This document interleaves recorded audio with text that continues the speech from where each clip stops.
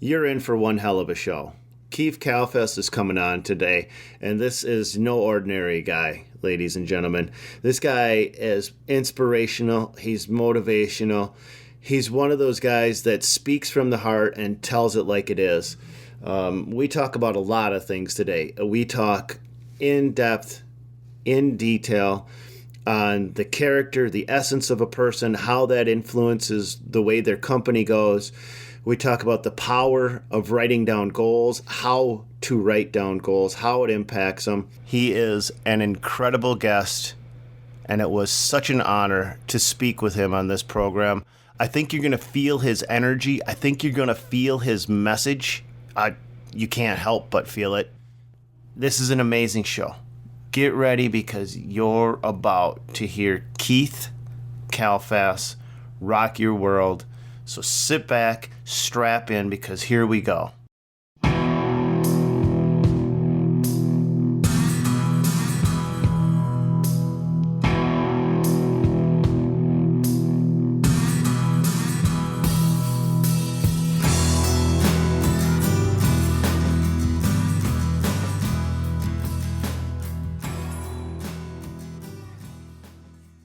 Well, today we have Keith Kalfas from the Landscape Employee Trap video series. Many of you out there will be familiar with his work.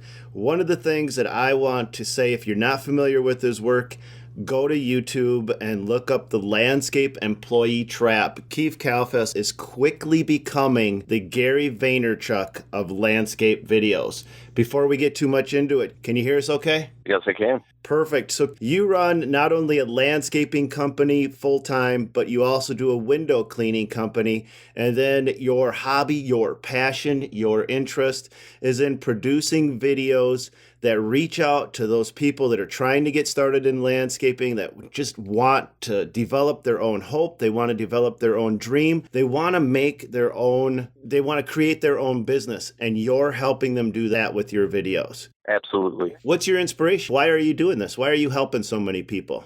What's interesting about a type of career like this, I love Gary Vaynerchuk, and I love Tony Robbins and all these people that I am inspired by and I look up to, because the minute before they go on stage or they're on podcasts, phone calls, interviews, all types of media in front of hundreds of thousands of people, their mission is to help change people's lives. That's their passion. So they might get disturbing phone calls literally right before they go on stage, and they still maintain their composure. And that's what's great. I've been really admiring the quality lately of the people I look up to, even in local businesses, because when you're face to face with them or you observe them as, especially the men in our industry, you're like, wow, that guy really has his act together. I aspire to be like him. It's because the ability to maintain composure despite all the chaos in the environment. It's like a flag post in the wind with the American flag blowing. That post isn't going anywhere. It's a solid structure that's rooted down to the earth. It's rooted in its environment, and it's not changing.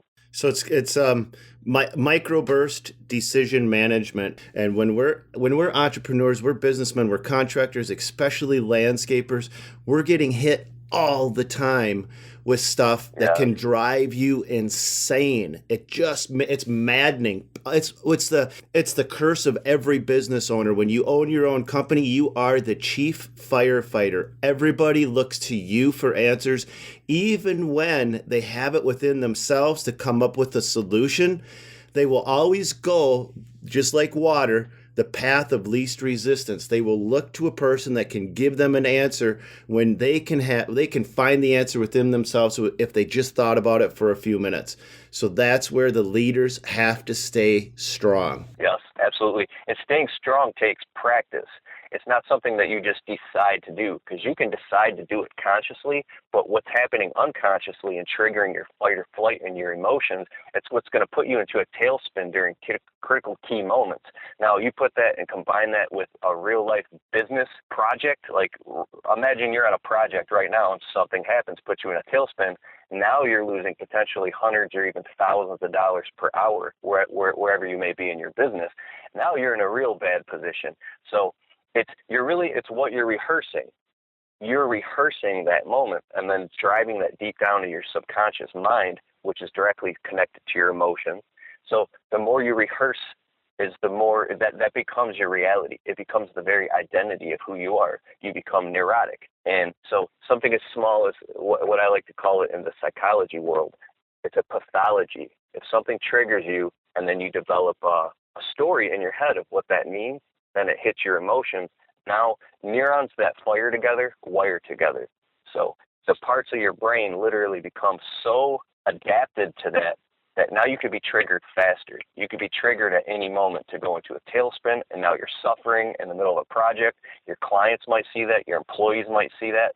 And now you can't function and get the job done. So start rehearsing. I'm getting into self-mastery now. I'm with you 100%. You got to fake it till you make it. You start practicing.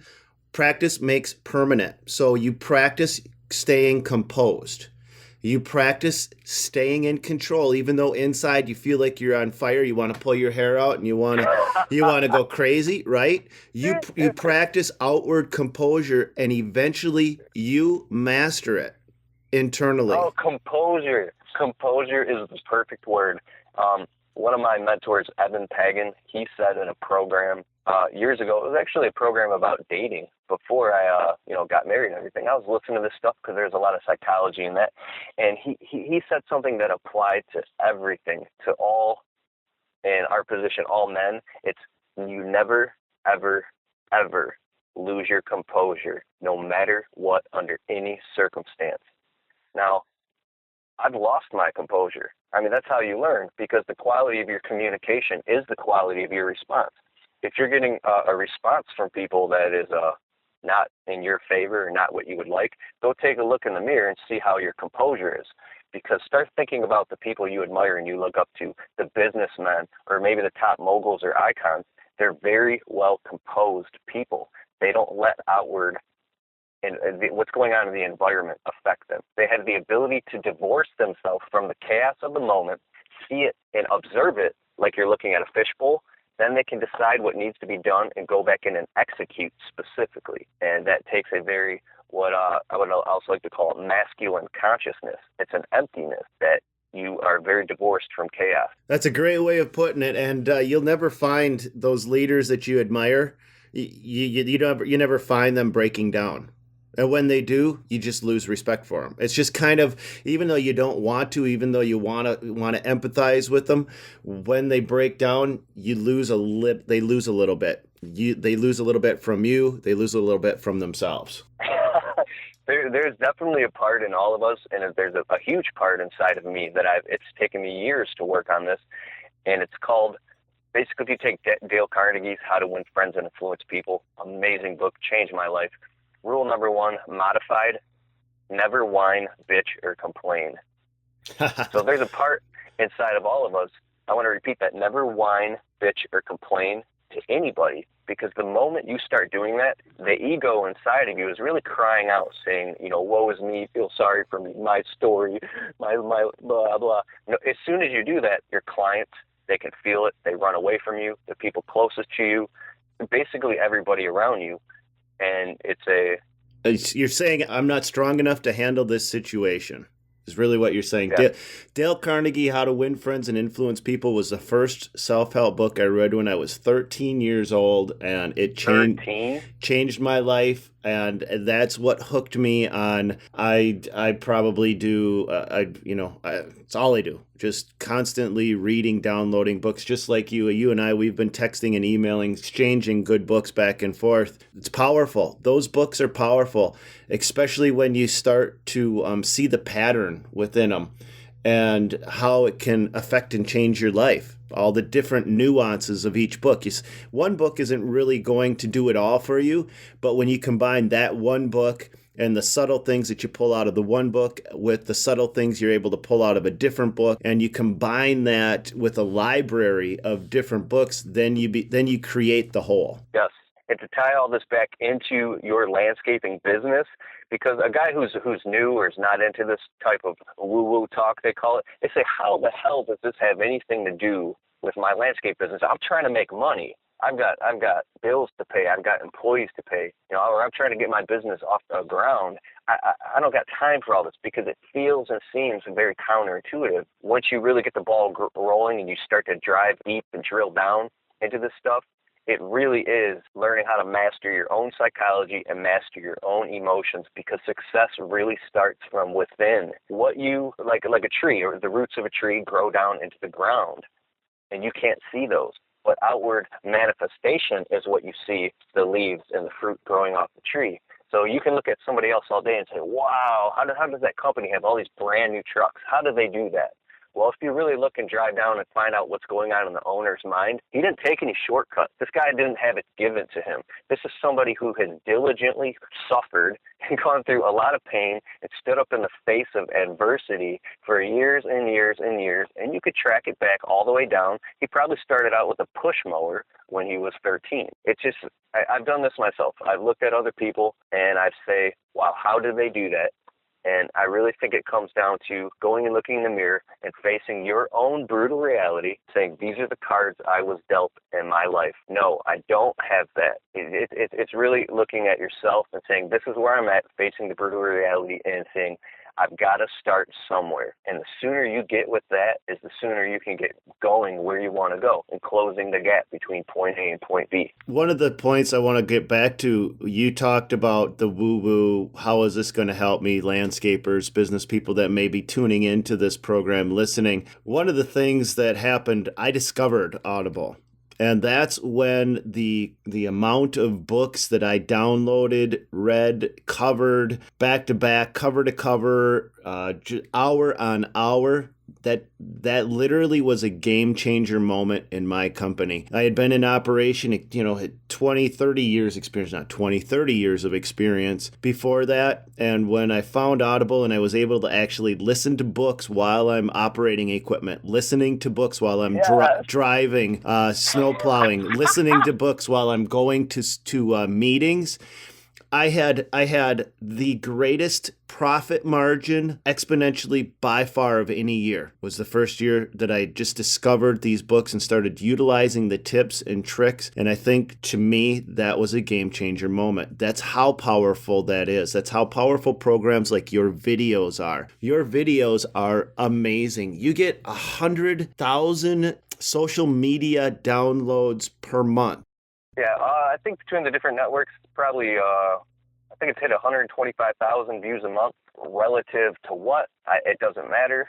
I really believe that just the more I can drive and touch more people, and if God gave me the ability to speak or whatever it is to do on camera to help just get a guy, if he's in a funk and he wants to get a business going, if I can do that, then I'm the student. I am at your service, because that's my calling. Do I make any money to do this? No. And I don't care, because it's not about that. You get paid the same I do for doing podcasts. Yeah, absolutely. It's an entirely new information-based economy, and it's not about being a go-getter anymore. It's about being a go-giver. Go-giver, and he who gives the most wins. We got a world to change here. People aren't throwing their hearts over the bar. I see a lot of guys out there that are just, you go walk around in a public place, and you see grown men walking around with their shoulders hunched over, their heads are down. They just don't look happy. Their dreams aren't there. They're not realizing their dreams. They know there's something there, but they don't feel it and they can't find it. No. And if you could just open up that guy's heart and shine a little bit of light in there and just watch his eyes glow and get excited about something again, that's huge. You can't put a price on that, man. And after seeing the YouTube thing start to blow up on my end, dude, I've cried. I've cried during editing my videos. And my own wife, because I got a home-based studio, I got a whole, studio in my house. She was like, doesn't understand what I'm doing. She was, what are you crying about? Because when you can empathy, it's all about empathy. When you can empathetically feel, and you're getting emails from all over the country, guys saying, oh my God, you helped me change my life, dude. I'm getting my business off the ground because of you. And I'll email back, no, not because of me, because of you. That's a big deal. And now that's a big responsibility, and it comes with a great calling. So I am listening to audiobooks all the time. I call up Audible upset because they won't let me spend more money on my subscription, because I have to learn now more and faster to maintain my composure better, to make sure that my quality of communication is spot on, and it's a great responsibility. You were talking about Audible audiobooks. They've changed my life. And when you say it's increased your profits and all that, the new guy listening who doesn't listen to audiobooks, maybe he's listening to rock and roll or rap while he's working. Great. He's taking the first step. He's listening to something while he's working. You can go on Audible and be like, I'm not spending $22 a month on that. I don't have the money to spend $15, $20 on a book. I would like to reframe that for you and say, if this one book that cost you $12 or $15 would make you $1,200 to $1,500, would you buy it then? And it's really about getting... You got to it's just part of reinvesting into your own education. It's part about building up your skill sets, building up your knowledge. There's resources out there for you to use. Audible's one of them. The podcast like this, if you're listening to this is a great resource. This is my goal, my mission is to educate you, to call in experts like Keith Kalfas, to call in other people, to say, when you're listening to this, when you're done, go over to the Landscape Employee Trap. Check out Keith's videos. Why? Well, because there's a ton of awesome information that's going to help you build your business no matter what level you're at. Even if you're already built up and you just need some inspiration, you need a kick in the pants to jumpstart your day. A lot of places you can go to do that. And that's what your mission is. And that's, I think, why your videos are so successful, because I want to do a little compare and contrast at the moment. It takes talent to do it the right way. Okay. Not everybody's going to have that talent to produce those videos, but you didn't start out in landscaping and, doing your window washing company your entire life. And before you got into that, I think weren't in video production? Isn't that what you did before you got into the... Yeah, that's a funny story. As a kid, I loved music. I come from because just you saying that triggers some deep stuff inside of me. I come from a very, very painful, broken childhood. I know every dog thinks its fleas bite the hardest, so I'm not claiming that, woe is me. I come from a family of drug abuse, alcoholism, living in homeless shelters, things like that. And literally, we slept in my mom's car, almost got taken away by the state, things like that. Whew, this is deep here. But anyways, as a kid, I was very drawn to music, drawn to the piano. I'm 8, 9 years old listening to Beethoven and going to the library, renting out symphonies and things like that. And as that grew, I started getting into music. I started making my own recording studio. Then I started getting into video stuff. And as the internet exploded, YouTube. So I started buying cameras and creating my own crappy, homemade edited videos. And it became this huge passion. I was like, wait a second, I can communicate and get my point across on video. So I became obsessed with it. Endless pots of coffee until the sun came up, all winter long in between not landscaping. And I became a master at audio engineering. I've recorded and produced 6 albums, and I've done and directed music videos. But that all started out from just taking a simple little crappy camera and growing it into all that. In that, I got in touch with multimedia companies, and I became friends with people who direct and shoot music videos, TV commercials, things like that. I've been in TV commercials myself as an actor and all that stuff, and being around that whole environment really, really opened my eyes up to the back end of the media world and making all those connections. So it really changed my life. And then I was left when all the smoke and mirrors cleared, I was left with a bunch of skills for video. I do own some pretty nice high-end cameras, and I have the ability to make phenomenal production videos, but I don't have time for that.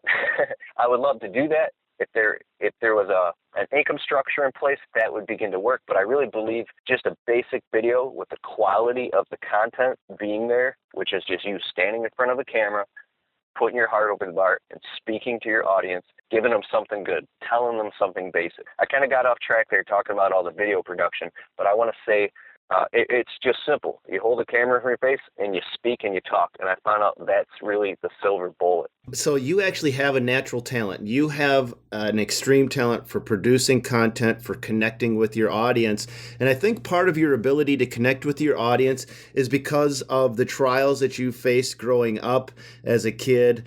The greatest leaders suffer the deepest scars and still stand. Yes. Yes.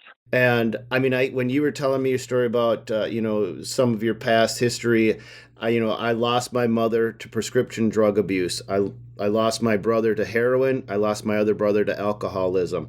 So I can kind of relate with you with how those hurdles, those things that can make you or break you, can make you stronger if you let them. You just got to toughen up. You got to you got to roll with the punches. And I know that sounds hokey. Everybody says it, but you don't ever see any leaders that you really respect or admire that were born with a silver spoon in their mouth. If you've never made any enemies, you've never stood for anything. So you've got to stand for something. You got to stand up. You got to have the strength to do that. And so I think that's part of maybe why you're able to make that connection, because you've been there, done it, and seen it. You think that's, do you see what I'm saying? Can you?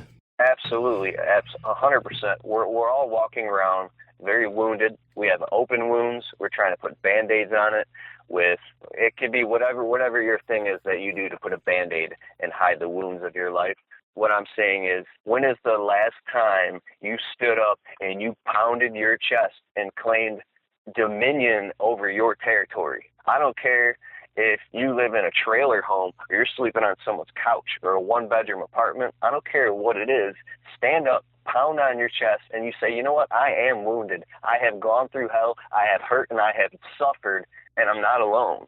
People think that they're all alone and they're suffering and they feel isolated. And I want to let all you guys know listening that, no, you do have value, you have worth, and you absolutely can go out and do and achieve whatever you want in your life. It takes a decision. You decide it and you go and do it. It's going to be scary. It's going to be painful. You're going to come home battered and bruised and scarred, and you're going to cry. I've cried as a grown man in growing my company. And I mean, when you're standing face to face with a client and you need that money so bad, they'll take advantage of you. They can see that it's a dog eat dog world out there, and you're going to go through a lot of hell. But one day the sun is going to shine. You're going to get that fat check. It's going to process in your bank account, or you're going to get a stack of cash, and you're going to go, oof.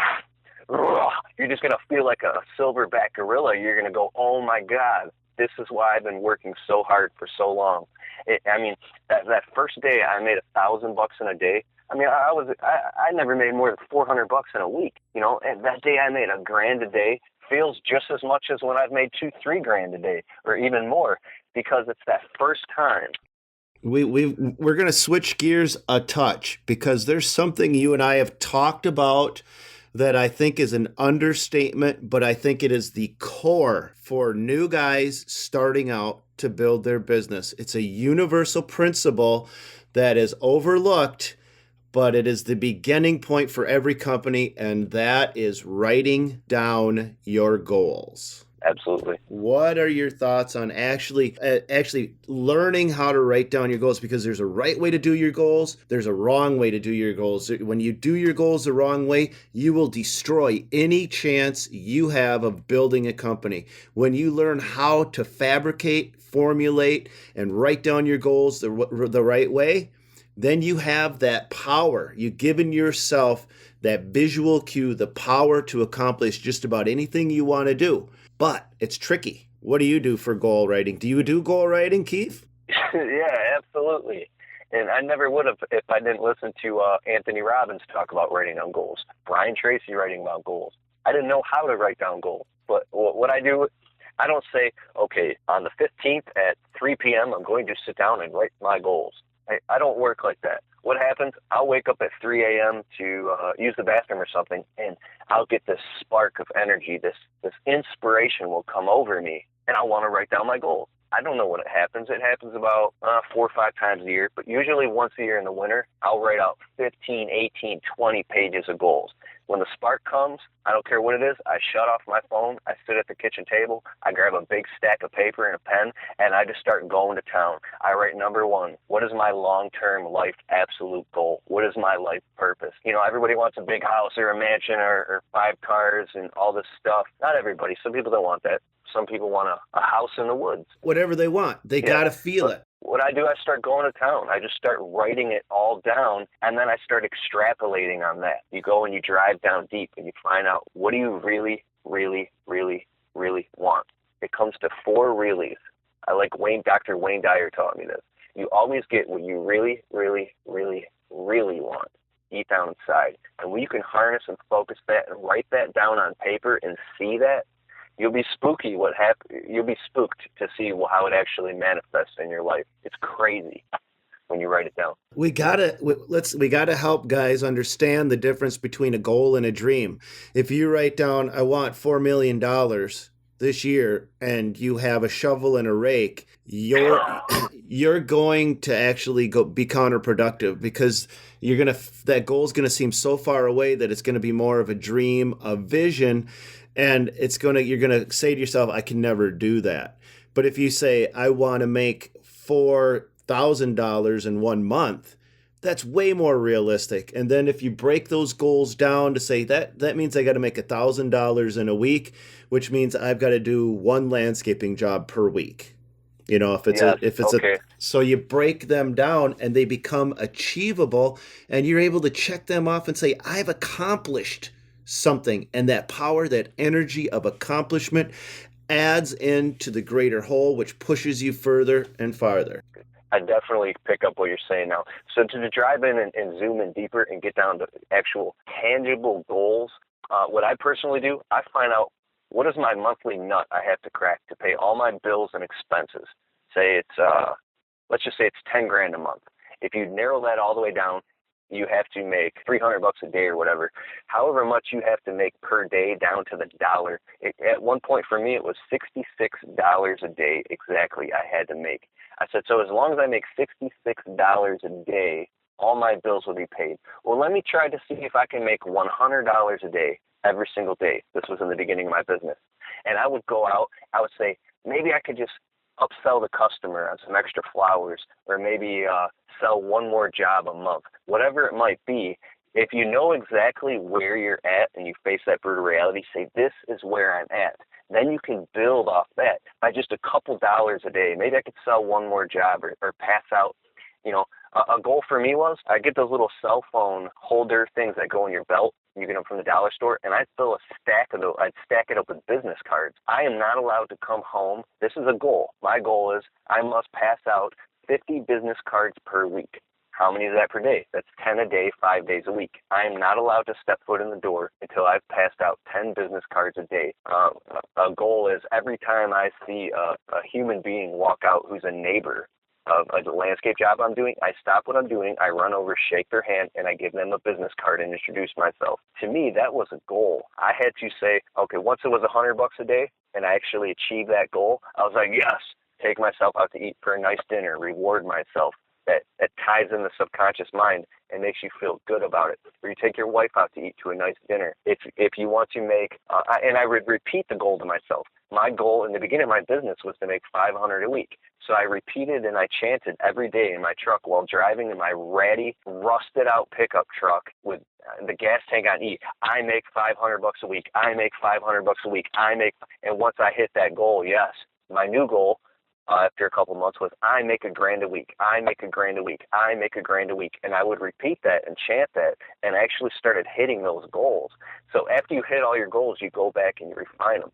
Am I getting more clear now? It's very clear to me, but what I'm also hearing is how complex it is to actually be motivated, to be ambitious, to go the extra mile. And I'm just wondering, how can landscapers, contractors, people just getting started out, how can they tap into that energy? And I'm coming up with the answer of sometimes enthusiasm, that motivation, that willingness to go further doesn't always have to come from within. You can borrow it from other people. If you know somebody that's awesome, hang out with them. If you need that daily dose of energy, the lessons in life, go to your videos, check it out. They're inspirational. They you don't have to take my word for it. I found you because one of my guys came to me and said, "Do you know Keith Kalfas? Have you ever heard of him?" I'm like, "I don't know. What are you talking about?" And he's like, "He's the best. He's just an average guy, but he can speak like crazy. He's motivational." And he says, this guy said to me, he says, "You know, when I'm just feeling low, I tune into his YouTube videos, and within 5-10 minutes, I've got a whole new perspective on life." And that's where things like we're doing right now, you don't feel like you're getting overwhelmed. You know, if you're listening out there and this is all new to you, check out different resources. They're there to help you.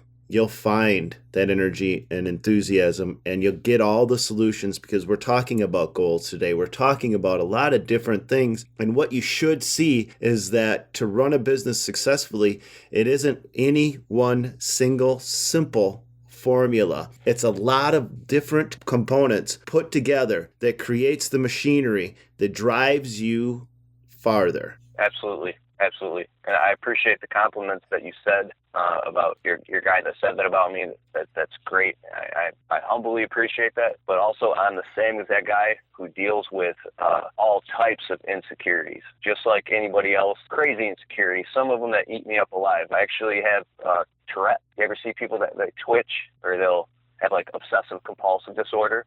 I have that to a point where it drives me crazy. All types of things. So I'm not, Keith, I actually had a customer that drove me to the point where after I was done dealing with her, I had an eye twitch for 3 months.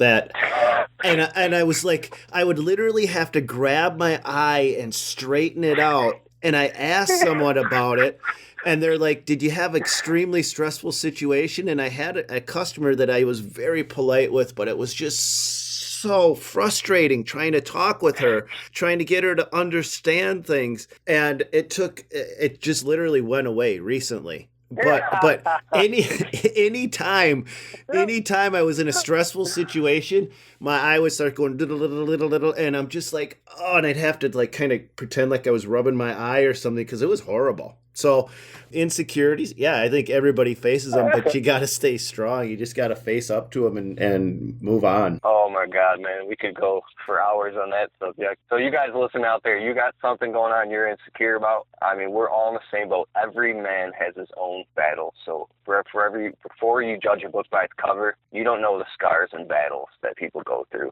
And I'm really beginning to learn the most successful people, the most successful guys out there, they're the ones that they persevere and they just keep going. They keep moving. If you look at one of my videos, I have a story I tell that I learned from Jim Rohn, motivational speaker. It's called The Philosophy of the Ant. Find that, the landscaping employee trap. If you type that in YouTube, I'll pop right up. The URL is YouTube/The Employee Trap.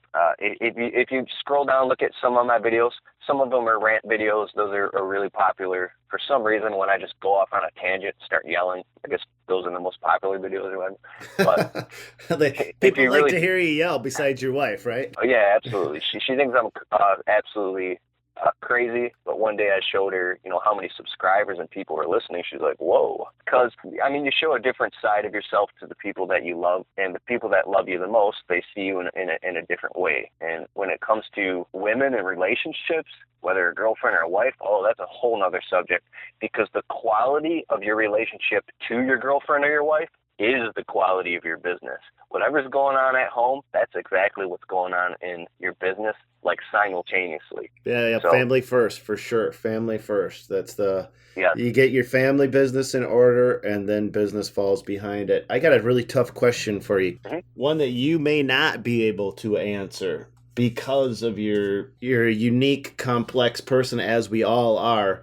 You've had enough challenges in life and business. So my question to you, Keith, was there a game changer moment in your business or life? Just one of those points where everything either clicked or it all just came together and you could look back on it and go, that was the moment? The biggest game changer I could think of, there's two of them. But the first one I'll tell you is, I'm working a dead-end landscape job about 5 years ago. I'm coming home to eviction notices on my door, and my wife and I are fighting all the time over money, which is very common.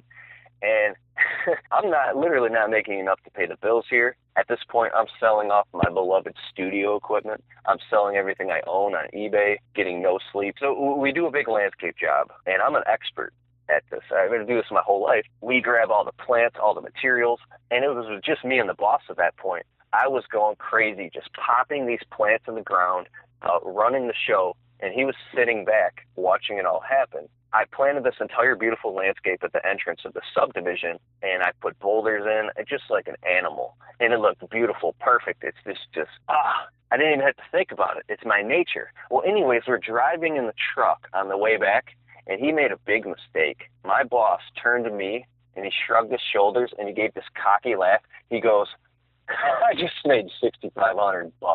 And in that moment, I looked at him and I go, I didn't say this, but you just made $6,500 and you're paying me $10 an hour and I just managed this whole project? God, some people say the stupidest things. Those things are game changers, though. That, like you said, what was the biggest game changer? Sometimes that's a necessary evil that, just like the overweight person in the grocery store and the little child, you hear a story, goes up to an overweight person and says, why are you so fat? The overweight person breaks down and cries because the authenticity of that child, and then goes home and goes into a raging fit, takes all the ho-hos and the king dongs and all the carbs and the white bread, they throw it down in the garbage can, they're flushing it down the toilet, and they're screaming and they freak out. And that is the turning point to where they get their diet straight and they lose weight and feel great. And they look back, it's all because of that moment of authenticity where somebody did or said something to you that hurt, that was a brutal reality. So for me, when he said that to me, I was like, I can do this. And it changed everything for me. It got me so mad and so angry and so motivated that was the last time that I was going to be a victim or someone else's, sorry to say, but someone else's bitch. That was the last time that we were going to have problems on Christmas, and I was going to go in the bathroom and cry because I couldn't afford to buy my own father and my little sister presents. That was the last time that I would call my cell phone provider and say, can you please extend my bill till Friday? I promise I'll pay it, even though I was lying and I didn't have the money. It was the last time I was going to dump out change to get groceries. Wow. Dude, it takes getting mad sometimes. If you got to get angry and throw a fit and literally, lose your composure to make a change, because change happens in an instant. You gotta own your own game. I see a lot of guys making the mistake of blaming other people for their circumstances. I don't care what happened to you in your life. You own your own game. And that's just a mind frame that unfortunately I think we've gone down now, where we don't take responsibility for everything that's around us. That's your life. Nobody created your life. You allowed it to happen. I don't care what circumstances you are, what situation you're in. When you look at where you are right now, it's because of every decision you've either made yourself or you have allowed to be made in your world. That's why you are where you are and moving. And that also means that from this point forward, you have the ability in your own hands to create any destiny that you choose, as long as you own up to it and stop being a victim and allowing other people to influence and impact you. This victim mindset is fascinating to me. I have made a personal study on the victim mindset, because you go back 10 years in reverse in my life, if you looked in the dictionary of victim, there was a picture of my face. I mean, it to come out of that and do a complete 180, I mean, it's so motivational. The fear motivation is what drove me to get my business off the ground all the way to where it's at. Incentive motivation, where you want to go, sometimes that doesn't come until you've actually built your entire company, you've got some money in the bank, you're finally doing the things you want to do. I mean, hey man, whatever it is that motivates you, if it's fear and terror of where you don't want to be, whatever makes the cookie crumble, whatever makes it work, Keith, I want to thank you for your time today. We've covered a lot of ground. I hope that we've provided some solid feedback for people listening. How can we reach you? How can we find you? How can we get more information from you? My temporary email address is thelandscapingemployeetrap, just like it's spelled out, like it said, at gmail.com. You can also go to my website, landscapingemployeetrap.com. But the fastest way to find me is definitely on the YouTube. Go on YouTube, type in The Landscaping Employee Trap. You say my goofy face pop up in all my videos and just press play and you get to know me pretty quick there. Awesome. Yep. Okay, and in the near future, I'm actually putting together coaching and consulting services. Oh, awesome. If guys really need help and they're struggling, because I cater my talks towards the new guy, of overcoming inner obstacles and overcoming inner things that are stopping him from getting it going. I'm not really talking to the already successful guy who's already got 5-6 crews. That's just not where I want to go. But yeah, we're putting together something under consulting, and it'll be called Ego Edge. It's a secret. I can't talk about it right now, but it's going to be great. Well, it's not much of a secret anymore. And then Ego Edge is not mine. It's actually somebody very professional that I'm hooked up with, and you guys are going to learn more about that in the future. But yes. Great. Well, good luck with that, Keith. Thank you. Thank you very much, Stan. DirtMonkey.net is a website built for landscapers and excavators and anyone that moves dirt. Our interactive map of job sites, demolition landfills, and aggregate pits connects contractors that have excess fill with those that need it. I use it and I helped create it, so I made sure it was built with guys like us in mind. Our members enjoy no brokerage fees, no hidden fees, and no BS. Go to DirtMonkey.net, where we are offering a completely free trial with no credit card necessary. Or if you just want to check out the live map, you can gain instant access to our nationwide listing of landfills and aggregate pits. It's absolutely free to everyone. So go check it out now at DirtMonkey.net.